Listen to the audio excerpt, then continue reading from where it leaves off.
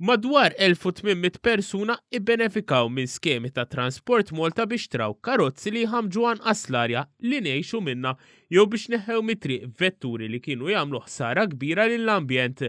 Ewlenin fosthom l-iskemi tax-xiri tal-karozzi li jaħdmu bl-elettriku kemm ġodda u anke użati sissa diġà benefikaw minna aktar minn 400 ruħ. L-uffiċjal ta' Transport Malta Gilbert Taġus qal li jekk il-karozza ma tkun ġdida irid ikollha anqas minn 3 snin u anqas minn 15,000 kilometru. F'dan il-każ il-persuna tingħata qotja ta' 2,000 euro u li titlaq għal 7,000 euro f'każ ta' karozza ġdida.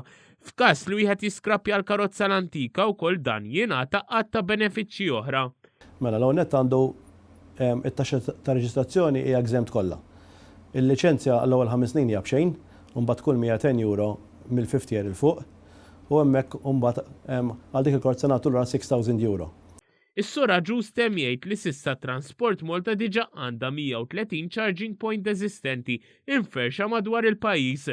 Transport Malta qed tagħti wkoll qotja finanzjarja għal dawk li jaqilbu l-karozza tagħhom biex taħdem bil-gass LPG u s'issa kienu 150 persuna li għamlu dan. Tkun taħli inqas fuel, jiġifieri inti l-fuel tiegħek tinsa meta timlih, tkun tittimla biss il-gass sewwa. U t-tieni benefiċċju li jekk il-liċenzja tagħha pereżempju tkun bis-CO2 tkun 120, aħna naqsu 10% tal-ammont ta' CO2, allura l-liċenzja fis-sena tonqoslok. Sabiex il-Gvern inaqqas l-emissjonijiet fl-arja ta' kull sena qiegħed jestendi wkoll l-iskema tal-iskrappjar tal-karozza l-antika. Sissa għamlu użu minn din l-iskema aktar minn 1270 persuna.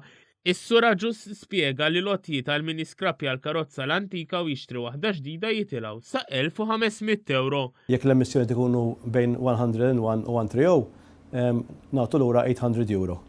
Jekk il-CO2 ikun inqas minn 100, Umbat l-ammont jitla sa' 1,500. Jiġifieri skont kemm it-taxxa ta' reġistrazzjoni għal dik il-vettura, jekk pereżempju t-taxxa tkun 1,250.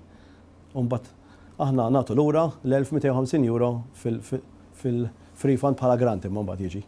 Dan isir wara li Transport Malta tiċċekkja kemm ikun ħallas valur f'taxxa ta' reġistrazzjoni fuq il-karozza l-ġdida u wara toħroġ lotja permezz ta' ċekk direttament lill-klijent.